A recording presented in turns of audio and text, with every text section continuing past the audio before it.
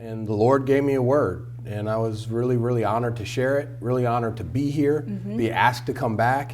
And my biggest thing is you can go anywhere from South Carolina State University. I'm a living testimony to that. You are.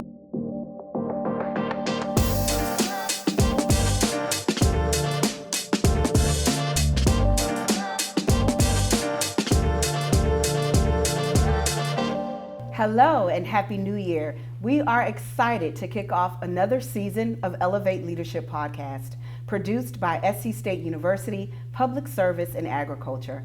I am your host, Elizabeth Mosley Hawkins. I truly enjoy having the opportunity each month to talk to influential, innovative, and inspiring leaders who are making transformative strides in their respective industry. Now, if you desire to elevate in your career, be sure to like and subscribe to our YouTube channel at SC State 1890 so you don't miss a show. And you'll gain insight that will help make you a better and more effective leader. And be sure to follow us on all our socials. Again, that's at SC State 1890. For today's show, we have an absolute treat, a heavy hitter in athletic communications on a national level. And guess what? He's an SC State alumnus. Our guest today serves as special advisor to the president and CEO of the Chicago Bears and holds the position of Chief Administrative Officer. In this role, he oversees all corporate and football communications, including the digital and social media brand creative and content and production departments. Dale Cruz has 26 years of NFL experience, having spent 12 seasons with the Kansas City Chiefs as Vice President of Communications and eventually earning a promotion to Executive Vice President of Communications. He has also worked for the St. Louis Rams, Atlanta Falcons, and the Carolina Panthers, where he got his start as an intern. So, I am pleased today to introduce you to Ted Cruz. Ted, My sister. Welcome. How you doing? I'm so excited that you're here. I'm excited to talk to you. Thank you. Yeah. So let's talk a little bit about, by the time this show's air, it's going to be January. Okay. But today, you served as the commencement speaker for SC State University. Yes. How does that feel? Amazing. You know, I shared with the crowd today, I actually dreamt about doing that. And I don't know why. I mean, because that's not something that I think you aspire to do. Like, I want to give the commencement speech. But it's something I thought about. And I kind of visioned it. My family was sitting to my right. Wow. The families were in the stands. And it happened. And the Lord gave me a word. And I was really, really honored to share it. Really honored to be here. Be asked to come back. And my biggest thing is you can go anywhere from South Carolina State University. I'm a living testimony to that. You are. And your speech was, don't wait. Yep. What does that mean? Don't wait. It's really a mantra that I live by because I think we've all waited. You know, we've all waited to do the thing that we could have done 10 years ago. We got stuck in a sin that we should have just repented of right away, and we didn't. We got in a quarrel with a friend or a family member, and we let it fester over years. We didn't wait to right that wrong. And I'm guilty of it, quite frankly. So any word that you get is usually because you yourself have fallen in that area, and I certainly have. Yeah. And so it's just something that I believe strongly in. And the most important thing is don't wait to order your life and put God first. And so, and when you're talking to young people, which I did today, and people that are about to be launched, I just think it's so critical not to wait. And there was a surprise today. It looked like it was a surprise for you. So I can't call you Mr. No doubt. Cruz. And I want it too. I want you to, there's a lot of people I want to say it. I want you to say it, sister. Okay. Yep. So. World. Hello, world. Hello, Dr. Ted Cruz. I am blown away by that wonderful honor. I can't thank President Conyers and the faculty and the staff enough. Again, I'm from academic probation after my freshman year in college to a doctor. So back to God can do anything. Yes. He can take you from anywhere to anywhere. But for my mother to be sitting there, and for my children to see that, my wife, my family, my friends, I am truly floored. I'm truly honored, and I wear it with pride that it came from South Carolina State University. Yes. I'm very honored. Well deserved. Thank you. Well, I have to tell you that, of course, when the announcement came out about fall commencement, and I saw your name, Yes. I got so excited because I'm like, oh my God, we used to work together. Yes, You know, yes. I can say I was there from like the beginning. Yes, you know? no doubt. You were there. We were setting up the press box. We were doing basketball. And you doing what you're doing here is a blessing. That's why there's no way I would leave without sitting here with you, because again, you're my sister. We go back a long, long way. Yes. Your dad is a revered member of the faculty. I just was saying, I took swimming with your dad for summer school. And you didn't drown. And I didn't drown, and I passed. So no, it's just, this is home. You know, this is home, and it feels just really good to be here. You talked about some of the things that we did as student employees. Yep. And so we worked with Mr. Bill Hamilton. The man. Who I think I share the same sentiment, Yes. right? Because that was my first job on Yep. campus. That was your first job on campus. Yes. And the thing about Mr. Hamilton is that he really did pour into us, right? Absolutely. He saw our strengths. Yep. And just really allowed us to flourish Yep. in those areas. Absolutely. Talk to me about what Mr. Hamilton means to you. Yeah, so I tell my children, every meal that we eat or have eaten in my professional life, it literally goes back to Mr. Hamilton. If I had not met him, I would not be sitting here because I would have never been introduced to the field that God had for me to work in. Right. And so I revere him. I revere the man. He's selfless. He's someone who challenges you, but loves you at the same time. Yes. And he introduced me to Charlie Dayton and Bruce Spate. And little did I know that day in Charlotte in 1997 would change the trajectory of my life. And he did that. I mean, he did it. I mean, he said that he saw something in me that I didn't see in myself, and I'm forever indebted to him for that. So even though you might not have seen that at that time, could you say now that you can tell what he recognized in you? Yeah, so I said this from the stage too. I think that when you have a strength or a gift, you don't see it as a gift because it's your personality, it's how you're made.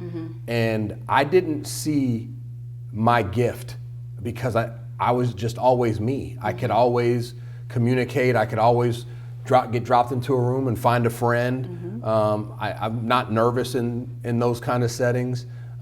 Shout out to Miss Atkins, my second grade teacher. She said, Ted Cruz, I hope you get a job one day where you can talk all day long.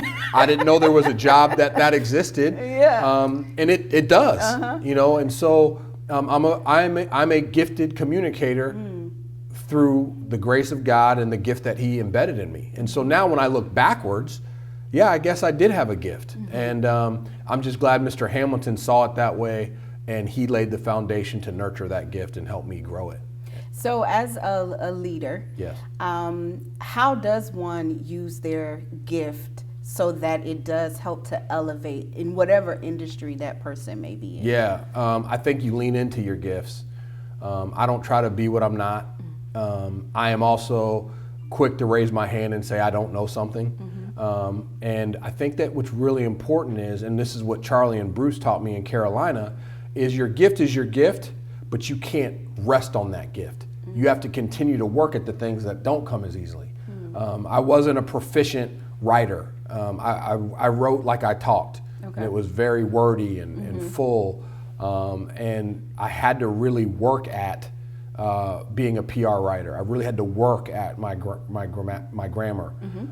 Those are things I had to work at, and I still do. I still have people proof my stuff. Absolutely. And so I think that's the key. It's not so much not leaning into your gift, but I think it's also critical that you work on the things constantly at the things that you're not as proficient at. And I think that is the thing that you kind of forget.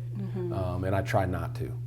How was your, as an intern with the Carolina Panthers, and then eventually you were brought on? Yep. Tell me about that experience. Yeah, it was excuse me, it was unbelievable.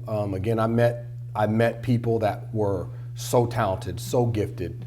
Steve Drummond, Brandon Bean, Ryan Cowden, Joe Shane. Like, there was a group of us, Reggie Scott, that got to the Panthers kind of at the same time, at the same age. And that's back when organizations didn't have as many people as they have today. Okay. And so we were able to just kind of do everything. You did marketing, you did not social media, but you did community relations, you did communications, you did set up the field, you helped out at practice. And we all were kind of in that incubator together. And that's what I loved about the Carolina Panthers. It was kind of a mom and pop shop where we were all family. We were all learning and growing at the same time. I mean, I just hit it perfectly. And so those 2 years, summer in '98 to summer in '99, I mean, those are some of the funnest days of my life, of my career, for sure. And then you went to the Falcons. Yes. Right? Yep. But then after that, you were there for 3 years, I think? I was there for 3 seasons, yeah. 3 seasons. And then you went to St. Louis. St. Louis. And there's where you became a director. Correct. And you said that you were probably the youngest I was director? close. I mean, I was 30 years old, 29, 30 years old, excuse me, and really got a tremendous opportunity. A gentleman named Billy Devaney was our assistant general manager in Atlanta, and when he became the general manager in St. Louis, he brought me out there to interview, and crazy enough, I ended up working with Coach Reed in Kansas City years later, but I had spent some time with him at a Pro Bowl working, and he recommended me to Steve Spagnuolo, who was the head coach at the time. Couple that with Kevin Dimhoff and the ownership, Chip Rosenblum and Lucia Rodriguez, and together, collectively, they gave me an opportunity to lead a department, and it was definitely hit the ground running. Yeah, talk to me about that. Yeah. 29 years old, Yep. a director, Yep. of a team. Yes. And, well, not the team, But of the yeah. department, yes. Talk to me about that. It was great. And again, I think it still bridges back to Mr. Hamilton, Charlie, and Bruce. They laid the foundation for my whole career and how to do things. And I'm so blessed and fortunate that they were my first teachers. Because by the time I got to St. Louis, by way of Atlanta, and I learned so much in Atlanta about big business. You know, Mr. Blank owned Home Depot. He ran that organization differently. Excuse me, and coupling that with what I learned in Carolina was a huge part of my maturation. Okay. Reggie Roberts was my boss there. Rich McKay, just some really smart people. So by the time I got to St. Louis, I think I had a blueprint for how I wanted to do it. Okay. And then Artis Twyman, who's one of my best friends now, we were really running the department together. We were both so young. And he had my back through that process too. And those were 3 great proving ground years as well. Some highs, some lows, but definitely kind of a master's degree in communications I got during my time in St. Louis. And now you have your doctorate. And now I have a doctorate. Who knew? Who knew? Who knew? So what fears did you have going into that particular role, and how were you able to overcome those fears? That's a great question. So I think I always I didn't want to fail, which was a constant. It was constantly in my mind. Like I wanted to do well. I just wanted to do well. By then I was married, had 2 kids. There's a level of urgency that comes with that to do well. But I do think that at the end of the day, it came down to my family. You know, my mom and dad are the best ever. My wife has been by my side through all these moves and everything that we've done. And then again, I think I've always been able to know the things that I don't know. And so I just tried to lead with love and truth and compassion, and then learn, be an active learner, be curious. So I've always been really curious. Always wanted to get better. I never was one who was like, oh yeah, I made it, I'm good. Right. I was always trying to learn, always want to learn, even now in my role in Chicago, just constantly trying to learn. So yeah, I left St. Louis, go to Kansas City. The year before Coach Reed got there, Clark Hunt, Mark Donovan, Scott Pioli, Romeo Crennel brought me there as Vice President of Communications, and just learned so much that season. And then the next offseason, everything changed. We hired Andy Reid, who is one of my best friends, mentor, big brother, father figure. The man who I've learned so much about leadership, and he really changed the trajectory of the organization along with Mark and Clark's leadership. John Dorsey was our general manager, and then Brett Veach. Had a great staff, Brad G, Sydney, Ricker, now Glaze, Luke Shano, and we just built something special all across the building. We started a corporate communications department that didn't exist, and we were able to do some really, really cool things.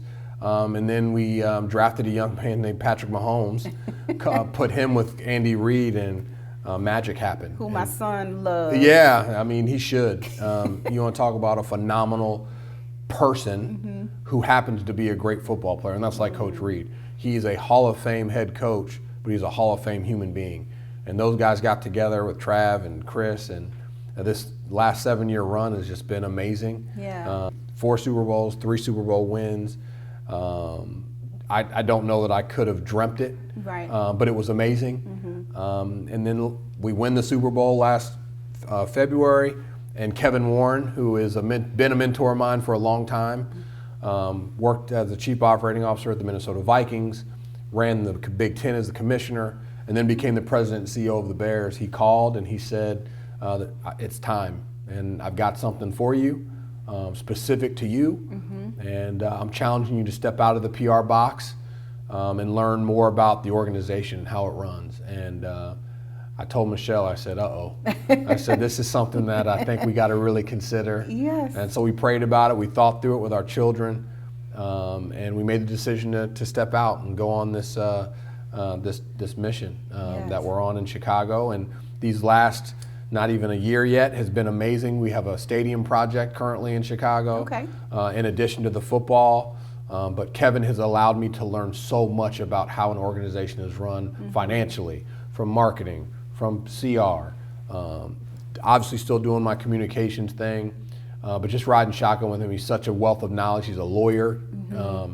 And so I just have been learning.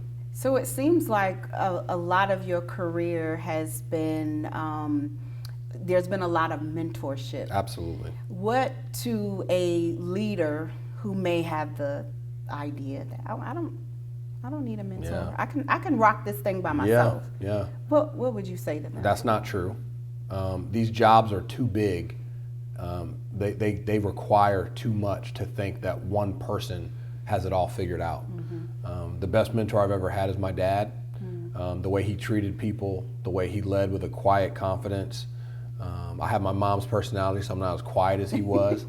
But I always watched the way he treated people. And I think that all the people that have raised me in my life professionally, that is their one common thread, the way they treat people, the way Charlie Dayton and Bruce Spate treated people, the way that Jim Mora and Mr. Blank and that group, Rich McCain and Reggie Roberts, the way they treated people. I got to St. Louis, Steve Spagnuolo, Billy Devaney, and then obviously Coach Reid, Clark Hunt, Mark Donovan, now Kevin Warren. I mean, it all is about people. Every business, every profession, every vocation, it comes down to people because we're humans. So being able to plug into human beings and see how they're wired, because we're all different, that's true leadership to me. It's being able to say, okay, Liz, you're one way, Ted's another way. Well, how do I motivate Liz to do her thing different than I'm going to motivate this person over here or that person back there? And so I think you have to know your people to be able to do that. And so, one of the things that I did when I got to Chicago, and I actually took this from Kevin, is I went from managing 7 to 11 people to 47 people. And so I took from basically May 1st to almost the end of September, and I met with every person who reports to me. Some of it was 30 minutes, some were longer. Right. And I just asked a couple questions. Who are you? What matters to you? How did you get here? And that takes you. And then you can ask me whatever you want to know about me. And what will you do with that information? I know it. And that's back to, I can tell. I know this person has a mom who's sick. That matters to her. So when she comes to me and needs an afternoon off, she needs to go take care of her mom. Or this person is a single dad and his wife passed away and he has children that he has to pick up from school. Whatever it is, Right. we all have a story. We all have a path. We all have things that matter. For me, my family's in Kansas City. I'm in Chicago. If Michelle calls me and says, my youngest son is having a tough day, you know what I'm gonna do? I'm going to the airport, I'm getting on a plane, and I'm going to Kansas City, because that's me. Love it. That's not everybody, but that is me. My family is the most important thing to me. So I will quit the Chicago Bears if it means that my family's happiness is on the other side of that. And it took me a while to get to that, but that is the truth. The order of my life is me and God, me and my wife, our children, and then everything else. But if number one is right, I'm gonna be a pretty good dad, Yes. I'll be a pretty good husband, I'll be good at work. And that's back to the don't wait. Don't wait to get that right. Don't wait to get the order right, because you will be really great at what you do if it starts with lining up your life. Awesome. Yeah. I want to go back to when you were with the Kansas City Chiefs, and you really helped build that program, like branding and Yeah. everything. It's just, Kansas City Chiefs. What does it take to do that? How did you all work together Yeah. to help elevate the brand of the Chiefs? So it's a lesson that I learned from Charlie Dayton in Carolina, that was enhanced by my boss in Kansas City, Mark Donovan, and our owner, Clark Hunt. But, when I was in Carolina, my second season, we were 1-15. We won one game and we lost 15. It's a long season. And I remember halfway through that season, Charlie brought us all in and he said, hey, listen, we have the opportunity every week to do great work. The team performance doesn't have anything to do with us doing what we do well. We shouldn't wait for the team to get good for then us to catch the team. We should be working in a way that when we have success as a team, we're just working. Nothing changes. Love it. And so when we first got to Kansas City, we weren't in the playoffs. We weren't doing those things. And I remember Mark Donovan challenged all of us at that time to put together your playoff plan. So when we host a playoff game, how does that work for each department? If we host a championship game, what's your plan for that? And we had to go through that exercise, and we were nowhere near the playoffs. So when Coach Reed came, we started winning. We had these plans in place. You insert Patrick Mahomes, and we're headed to another trajectory. Well, we didn't wait till the team got good for the operation to get good. And again, that's something that I learned in Carolina and other places. But Mark Donovan really put us to the test when we were in Kansas City getting started in 2014, 2015. That's awesome. Yeah. So being prepared before Absolutely. it even happened. And that takes a lot of vision Absolutely. to be able to do that. In terms of your vision Yeah. for the Chicago Bears, what is that? I think it's the same thing, right? Right now, we have a young quarterback. We've got a lot of talent. We have a stadium project. And with Kevin Warren as our leader and George McCaskey, we're driving to be ready for our success that's going to come in a big city, in a big market, which is my challenge, which is what I'm so excited about, is trying to replicate and honor all the people along my journey in Chicago.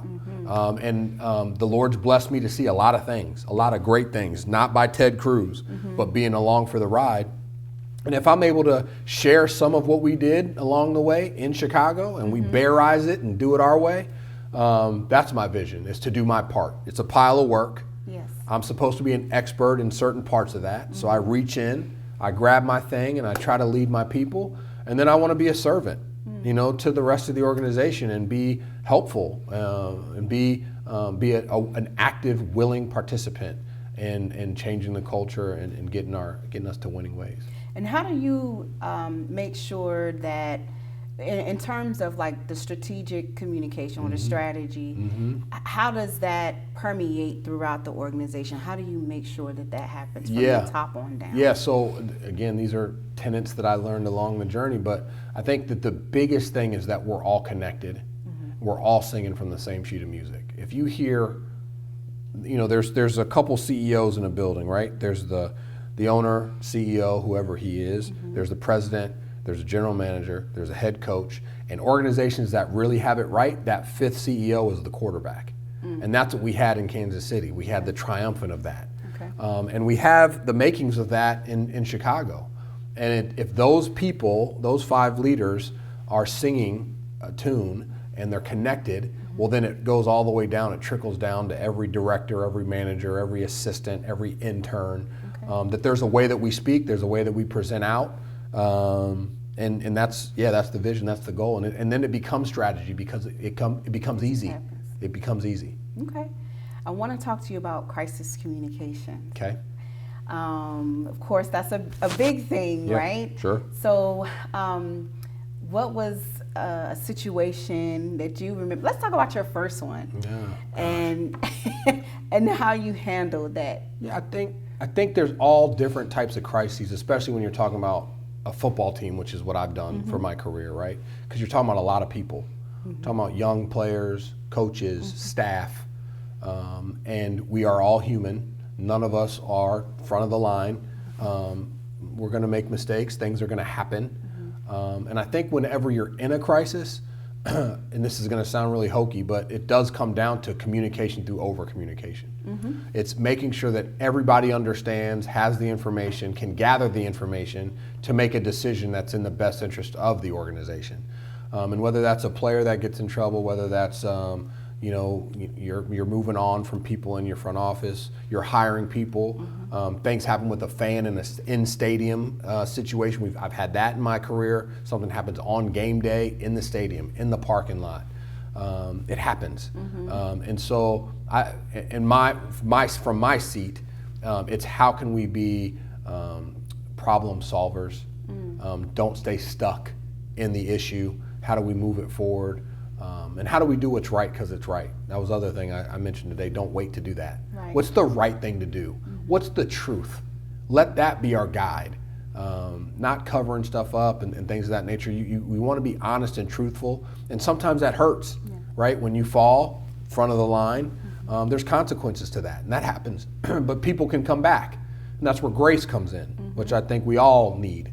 Grace, and as my grandma Cruz would say, grace and mercy. You don't want one without the other. Yes, yes. And I want to talk to you about your family, because that is a very important cornerstone of your life. Yeah. How do you balance it all? Because you're busy. Yeah. You're Dr. Ted Cruz. Dr. Ted Cruz. That's hilarious. How do you balance it all? I think I balance it by having screwed it up for a while and not being in order. And now I'm very grateful to the Lord that I have very good balance. My children, my wife, they're my life. Time with them is the most important thing to me. And I say to our kids all the time, our abnormal to others is normal for us. So everybody's dad, that's a professional person. He works a job, he travels, he does those things. Mine's just a little different. You know, from July to February, I work every day. I travel with the team.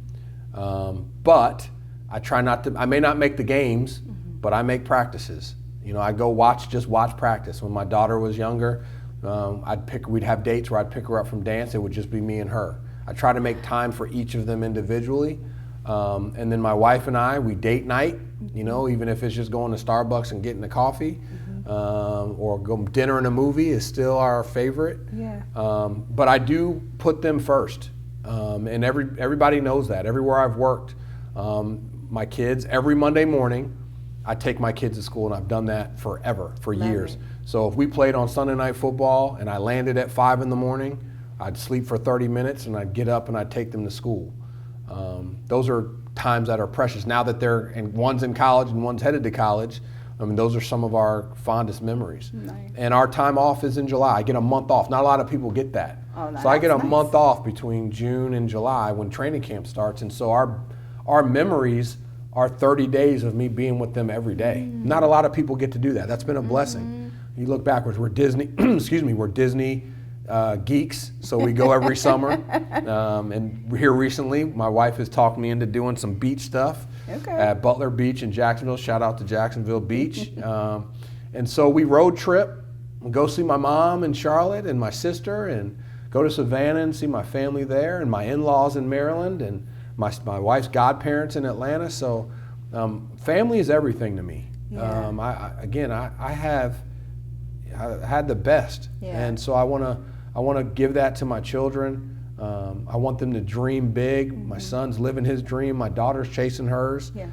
And my little guy, he's on deck. So just really, really fortunate. I have a great family. Awesome. So we're going to wrap everything up, but I do have one more question. Yes. So in the beginning, you talked about SC State and that you really can get anywhere from Yes. here. Yes.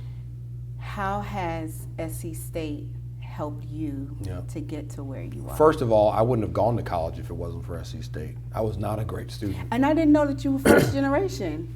I did not know that. I'm the first cruise male to walk across the stage. Wow. And so, but Gloria Piles and Curtis Stevens, they've made a way for me to get in here. And so, first of all, SC State wanted me when nobody wanted me. And then Bulldog Pride and Bulldog Tenacity is a real thing. It is. And people loved me through college. They helped me through college. They wanted me to do well. And then finally, I wanted it for myself. And that's when everything changed. And that's back to the don't wait. And we're all on our own journey.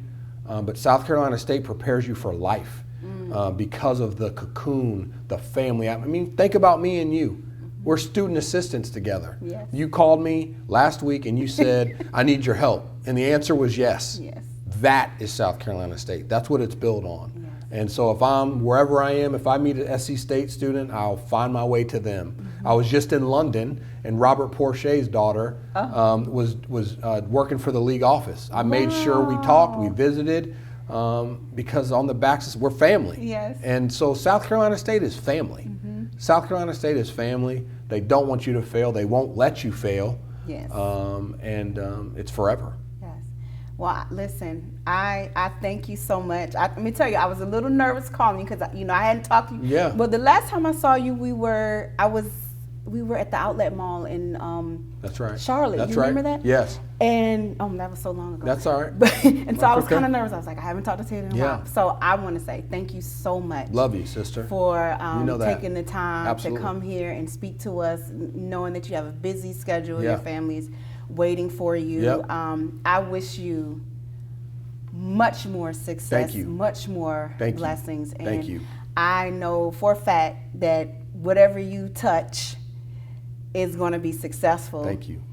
Simply because of who you are. Thank you. And also because you do have that bulldog tenacity. Absolutely. Absolutely. And blessings to you and your family, your little boy. Tell your father I said hello. I will. Again, I love you. I appreciate you. Thank you. Thank you. We're so glad that Ted Cruz could join us today for Elevate Leadership Podcast. As he said, don't wait. Don't wait on your dreams. Take the initiative and do what needs to be done so that you can elevate your career. So next month, make sure you watch another episode of Elevate Leadership Podcast, produced by South Carolina State University, Public Service and Agriculture. Thank you for watching today's show of Elevate Leadership Podcast. You can catch us all the time on any of our streaming platforms at SC State 1890.